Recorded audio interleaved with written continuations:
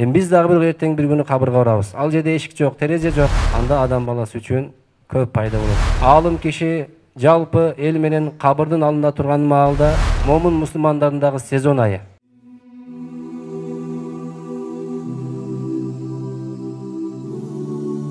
Кыяматка жакын убакыттын берекети келет. Азыр карап көрө турган болсок, жыл айдай өтүп атат. Ай жумадай өтүп атат. Ал эми жума күндөй, күн сааттай, саат минутадай, минута секундадай өтүп атат туугандар. Акыйкатта ошондой. Ошондон Аллах Таала мынакей бардыгыбызды карап көрсөк, азыр намазга туруп ушундай ой келди да. Кече эле мындай таравih намазын окуп, ушундай жалпы жаамат менен, чоң жаамат менен отургандай сезилди эле. Кече эле өткөндөй, кече эле окугандай сезилип атат. Болбосо арадан 1 жыл өтүп кеткен туугандар. Туура 1 жыл өтүп кеткен. Бирок карасак, ушул 1 жылдын ичинде кандай амал кылдык, акыретке кандай даярдык көрдүк, кандай жакшы амалдарды кылып, Аллахтын алдына жөнөтө алдык. Былтыркы турган арабызда адамдар, аксакалдар мына бүгүн жок. Жашоо ушундай экен туугандар.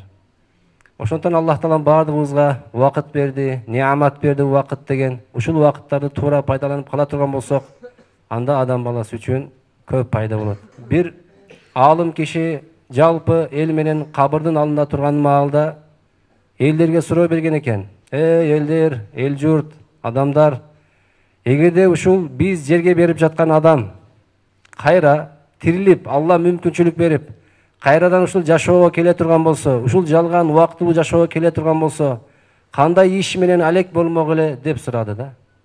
Дегенде элдердин баардыгы жапырып жооп берди. Молдоке, бул адам кайра кайтып келбейт. Болду, бунун убактысы бүттү. Убакыт сааты бүттү. Канча жыл Алла өмүр берген болсо, ошонун баардыгы келип жетти. Кайра дүйнөгө кайтып келбейт. Алым суроо берип жатат. Кокус кайра кайтып келе турган болсо, кандай иш алек болмок эле? Кандай деп ойлойсуңар? Адамдар жооп берип жатат. Бул эми аттен кылып атат го бул. Ушунча жыл убакыт бердиң, бир дагы жолу чекем сеждеге тийбей кал деп аттен кылып атат. Алла мени кайра кайтарчы, кайра кайтара турган болсоң, өмүр бою чекемди сеждеге коюп, ибадат кылып өткөрмөк элем деп аттен кылып атат. Өмүрүмдүн баардыгын жакшы амалдарды кылып өткөрмөк элем деп аттен кылып атат. Эгерде бул дүйнөгө келе турган болсо, бул адам кайра өлгөнгө чейин өлүмгө даярданып кетмек эле бул адам деп жооп беришти. Дегенде анда аалым киши элдерге жооп берген экен. Анда биз тирибиз го. Биз эмнеге анда даярданбай атабыз деген экен да. Акыйкатта ошондой туугандар. Бизге Аллах Таала эмне берип атат? Бизге жашоо берип атат. Бизге убакыт берип атат. Бизге жакшы амалдарды кылып калышка мүмкүнчүлүк берип атат. Эми биз дагы бир эртең бир күнү кабырга барабыз. Ал жерде эшик жок, терезе жок. Ошол жака барганга биз эмне кылсак экен, бул дүйнөдө туугандар даярданышыбыз керек. Ошондон мынакей Рамазан айы берекелүү ай келип келди мынакей. Ушул айда көп жакшы амалдарды кылып кала турган болсок, өзүбүз үчүн пайда. Ар нерсенин өзүнүн сезону болгондой, бул момун мусулмандардын дагы сезон айы. Караңыздар, башка учурда мынча жамаат окуй албайбыз. Мынча убакыт көп, узак намазга тура албайбыз, бирок Алла мүмкүнчүлүк берип жатат. Ушул убакыттарды туура пайдаланып калайлы. Пайгамбарыбыз намаз көзүмдүн кареги деди. Көздүн карегин канчалык сактайбыз? Бетибизде көздөй бир нерсе келе атса, бетти алып качабыз. Себеби эмнеге? Көзүмө тийип калбасын. Себеби эмнеге? Көз ушунчалык эмне экен? Пайгамбарыбыз карегим деди да. Намазды көзүмдүн карегин деди туугандар. Ошондон биз күнүгө иншалла ушул таравih намазды сураныча баардыгыбыз иншалла жалкоолук кылбастан, бир жылда бир эле жолу, бир айга эле болот экен. Ошого жакшылап, баштан этегине чейин туура. Себеби эмнеге? Бул намазда адам баласын эмне кылат экен? Итаатты үйрөтөт экен да.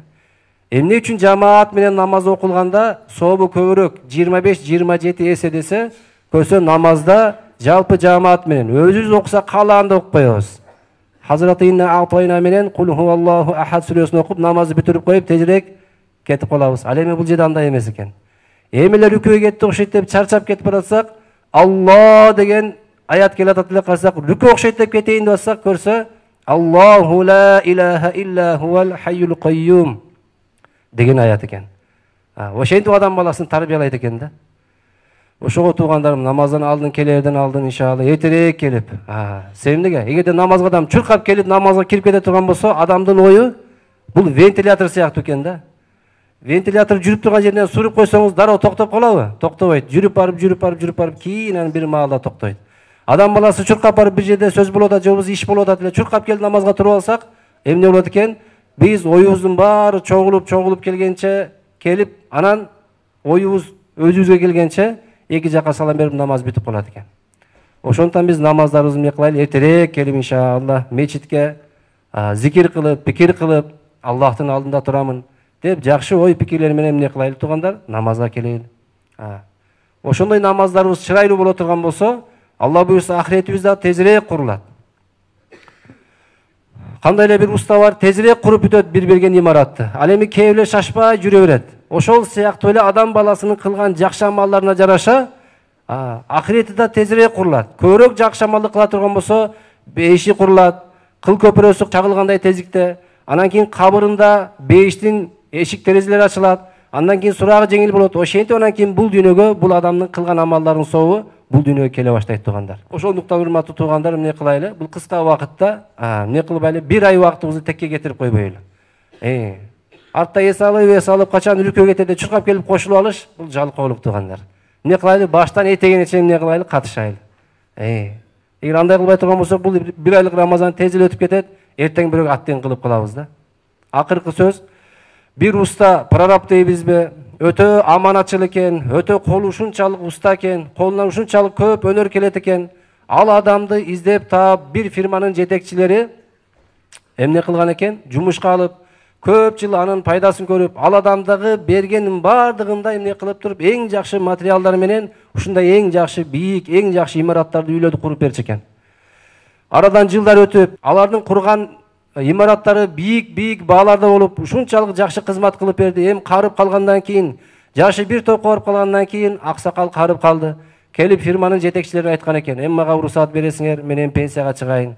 Барайын, үйдөгүлөрдүн кашында, неберелердин балдарынын кашында отурайын. Кемпиримдин ысык чайын ичип отурайын" деп эмне кылган экен? Сунушун айтканда чочуп кетиштир фирманын жетекчилери. Биз сиздей аманатчыл, чынчыл адамды сизди жөнөтүп койсок, кетирип койсок, каяктан табабыз? Десе дагы болбойт. Мен эми карып калдым, ушунча жыл иштеп бердим, эми уруксат бергиле деп кайра сунушун айтканда макул болуптур да. Макул, бирок аксакал бир келишим менен. Кандай келишим? Ушунча жыл бизге жакшы үйлөрдү куруп бердиңиз. Эң жакшы аны бааларга саттык. Эми сураныч, бир акыркы үйдү куруп бериңиз. Ошол үйдү куруп бергенден кийин сизге уруксат берели. Сүйүнүп кетет экен. Ошо бир эле үйбү? Себеби буга чейин көптөгөн үйлөрдү, имараттарды курган эле да. Акыркы үйбү? Акыркы үй. Акыркы үйдө эми мурун эң жакшы материалдар менен, эң жакшы бекем кылып курган болсо, эми бунусун эптеп кутулуш максатында эптеп тез эле куруп коюптур да. Эртерээк кутулайын депчи. Эми эртерээк эле кутулуп, эптеп эле мындай жөнөкөй эле материалдар менен эптеп эле куруп бүткөндөн кийин, мынакей баягы келишилген убакыт, келишилген мына үй деп алып келип туруп колуна тапшырса, баягы фирманын жетекчилери кайра өз ара кужу сүйлөшүп, баягы күлүштү кайра аксакалдын өзүнө тапшырган экен. Мынакей, бул үй сизге белек депчи. Ушул акыркы курган үйүңүз өзүңүзгө белек деген экен. Дегенде баягы аксакал башын кармап, аттиң билбей калыптырмын. Ушул үйдү мага кайра берилерин билгенимде, мен эң мыктысын, эң жакшысын курмак экенмин деп баягы адам аттин кылыптыр да. Айтайын дегенибиз туугандарым, мына ушул жерде окуп аткан намазыбыз Алла буйруса, бир айдын ичинде туруп беребиз, күнүгө 1 саат. Ушул кылган амалдарыбыз кыямат күнү кайра өзүбүзгө берилет. Ошондойбу? Өзүбүзгө берилгенде ошол амалыбыз эмне болсун? Сүйкүмдүү, эң жакшысы болсун да, туурабы? Ошого эмне кылайлы туугандар? Качан намаз Аллаху акбар такбир эле биз да катышайлы. Толугу менен намазга кирип, баштан этек толугу менен катышканга аракет кылайлы иншалла. Аллах таалам бабыз айткан сөздөргө амалдашка тоокут берсин.